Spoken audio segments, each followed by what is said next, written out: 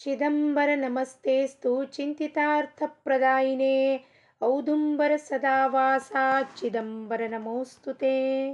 सर्व साधक बंधूंना, आत्मज्योतींना साष्टांग प्रणाम करता माझे सद्गुरू श्री चंद्रकुमारजी यांच्या दिव्य चरणारविंदात साष्टांग प्रणिपात करता राजारामजी महाराजांचा एक अभंग पाहूया.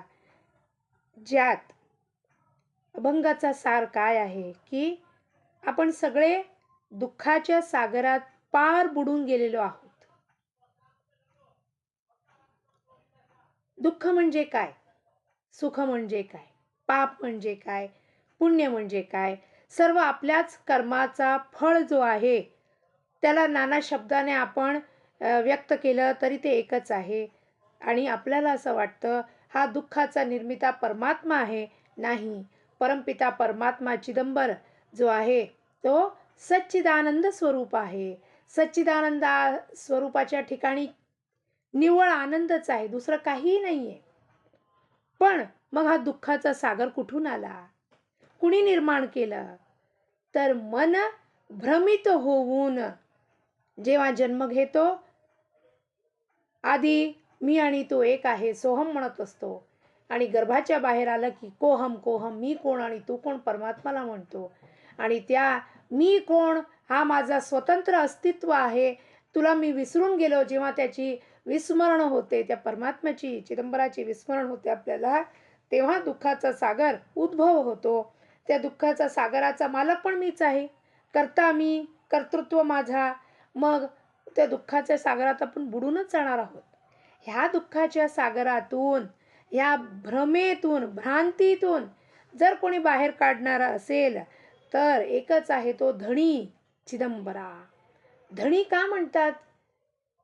धणी म्हणजे लौकिक धणी पाहिलं, मालिक असेल, आपल्याला 9 to 5 जॉब देतो, एका दुकानात नोकरी करत असतो, मुनीम, कारकून, वेटर म्हणून हॉटेलमध्ये काम करतो, तो आपल्याला लिमिटेड पैसा देतो, लिमिटेड जेवण देतो, लिमिटेड वस्त्र देतो आणि हे तात्पुरते असतात, गरजेनुसार असतात, अस्थिर असतात, अशाश्वत असतात. पण हा जो धणी आहे आपला अलौकिक धणी, त्रैलोक्याचा जो धणी आहे, तो आपल्याला हा सगळं जे आहे ह्या भ्रमेतून सोडविणारा आहे आणि परमशांती, परमपद, शाश्वत समाधान देणारा जो आहे, निवांत करणारा आहे जो मन, तो अलौकिक धणी आहे. म्हणून त्याला धणी म्हटलेलं आहे. धणी या शब्दाला खूप महत्त्व आहे. माझ्या मनावर राज्य करणारा, माझ्या देहावर राज्य करणारा, माझ्या चित्त, बुद्धी, इंद्रियांवर राज्य करणारा, ज्याची सत्ता चालते तोच एक धणी असतो. हा लौकिक धणी नाही. लौकिक धणी गरजेपुरती असतो. आपला जो नवरा आहे तो गरजेपुरती आहे, तात्पुरता आहे, क्षणिक आहे. काय म्हणतात राजारामजी महाराज? दुःख सोडविता दुजा नसे कोणी, यमाचा जाचणी नाना परी, सोडविता एक धणी चिदंबर, न येते इतर कामा कोणी, बरे विचारोनी उमजावे चित्ती, देवाजीची प्रीती धरी मनी, दास म्हणे काय भुललासी नरा, दुःखाचा सागर बुडू नको. दुःख सोडविता दुजा नसे कोणी, एक परमात्मा वाचून, हा त्या चिदंबरा वाचून दुःख सोडवणारा इतर कोणी नाहीये. इतर आपल्याला असं वाटतं, माझ्या दुःखात राजारामजी महाराज म्हणतात आप्त गणगोत सुख दुःखाचे कोणी आपल्याला कामी येणार नाहीये. सुखात आपण कसं असतो, सुखात आपल्या भोवती अवतीभोवती सगळे त्या गुळाच्या भोवती मुंगळे कसे जमा होतात, त्या प्रकारे सुखाच्या वेळी कालावधीत आपल्याकडे सगळे काही आप्तेष्ट सगळे आपल्या अवतीभोवती नाचत असतात. आणि आपणही सुद्धा कसं पाण्यावर तो तरबेज स्विमर कशा प्रकारे पाण्यावरती झोपून राहतो, कितीतरी काळ तो पाण्यावरती आरामशीर झोपून राहतो. आणि तेच जेव्हा दुःखाचा प्रसंग आला तेव्हा काय होतो, तो त्यात बुडून जातो, त्याचा कंट्रोल निघून जातो. आणि जर त्याला दुःखाच्या प्रसंगात ओढलं आणि हवी झालं ते दुःखाचा प्रसंग, तर तो पाण्यात तोच बुडून जाणार आहे, किती तरबेज असो ना. यमाच्या जाचणी नाना परी. यमाचा, यम कोण आहे इथे? तो कालपुरुष. कालपुरुष आपलं शरीर कालखंडात आलेला आहे, टाईम अँड स्पेसमध्ये. म्हणजे तो लिमिटेड आहे, अस्थिर आहे, अस्थायी आहे, अशाश्वत आहे, निरंतर नाही आहे आपला देह. 50, 60, 70, 80 इयर्सपर्यंत, 90 इयर्सपर्यंत, जास्तीत जास्त 100 म्हणा, आपण राहू शकतो. आणि या कालखंडात तो काय करतो, जाचणी नानापरी करतो आपल्याला. का? तुला प्रेम आहे ना माझ्यावरती, म्हणून तुझी कसोटी घेतोय. जाचणी ह्या नाना प्रकारी, ज्या प्रकारे सागरातून लाटा येतात आणि ते किनाऱ्याला आपटून जातात, आपटत असतात ते किनाऱ्याला, त्या प्रकारे हे जाचणी करत असतो आपल्याला. सुख दुःख सगळे आपल्या समोर टाकून देतो देव. कसोटी घेतो रे तुझी बाबा, कर आता. सुखात फुगून जातोय का? दुःखात कोपऱ्यात बसून जातो का? कसोटी का घेतो? कारण तुला माझ्यावरती प्रेम आहे, तू मिरवतोयस. मी भक्त आहे तुझा, मी साधक आहे, मी जप करतोय, मी ध्यान करतोय, मी वाहतोय फुलं, मी बेल वाहतोय, मी दान दिलं, मी पुण्य केलं, तू करतोय ना. म्हणून जाचणी करतो तुझी, नानापरी जाचणी करीन मी, कसोटीवर घेईन तुला. दाखव. सोडविता एक धणी चिदंबर न येता इतर कामापुणी. आणि ह्या सर्व राजाराम महाराजांनी स्वतः अनुभव घेतला.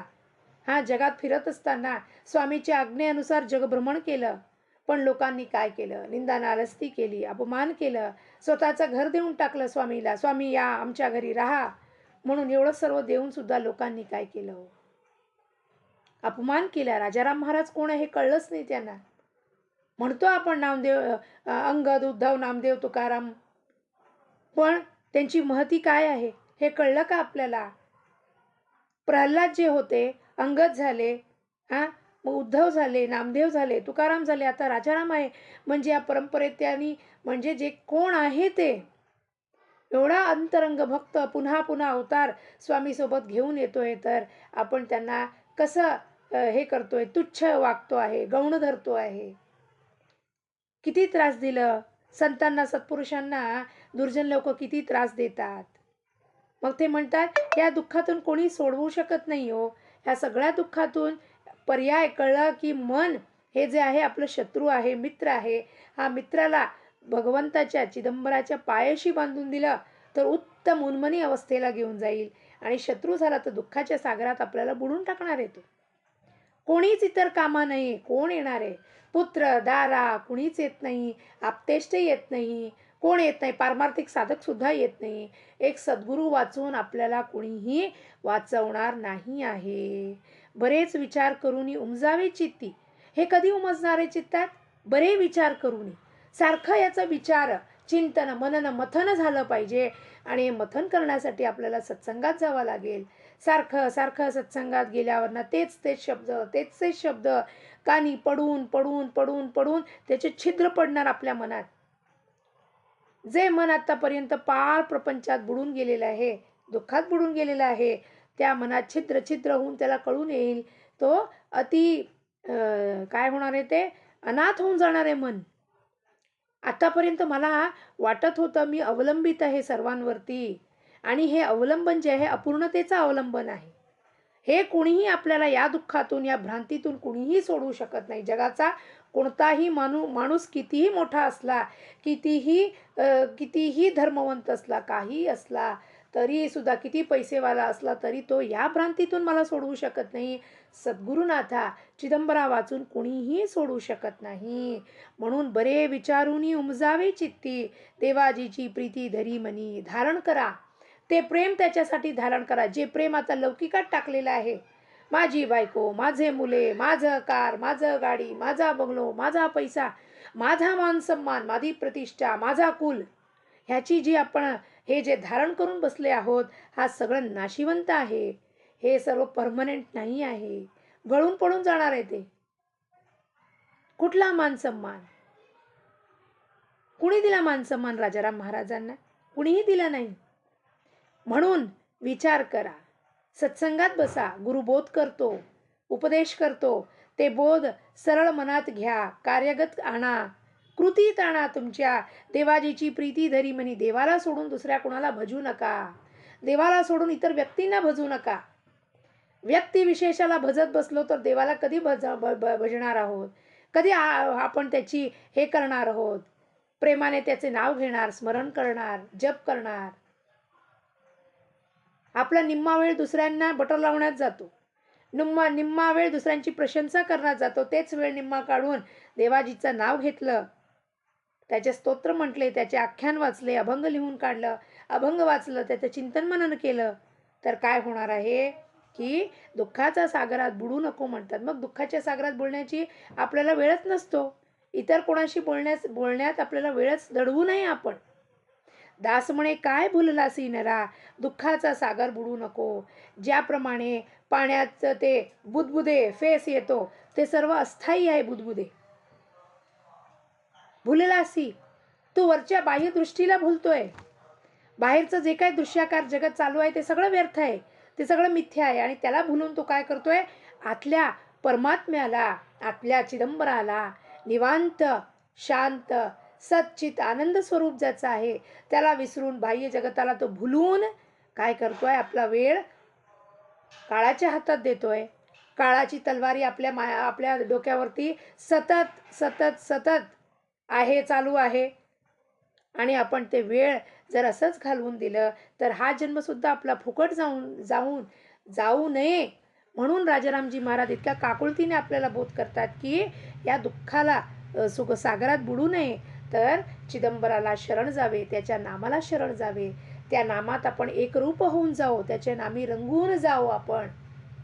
आणि आपण सुद्धा राजारामजी महाराजांना प्रार्थना करूया, या जन्मातच आपण सुद्धा यत्किंचित त्यांच्यासारखं मन भक्तीमध्ये बुडू द्या, ते नामात आपण रंगून अगदी परिपूर्ण बुडून जाऊया, अशी प्रार्थना करता औदुंबर निवासी भक्ताभिमानी राजाधिराज सच्चिदानंद शिव चिदंबरेश्वर गुरु महाराज की जय. लोकाः समस्ताः सुखिनो भवन्तु.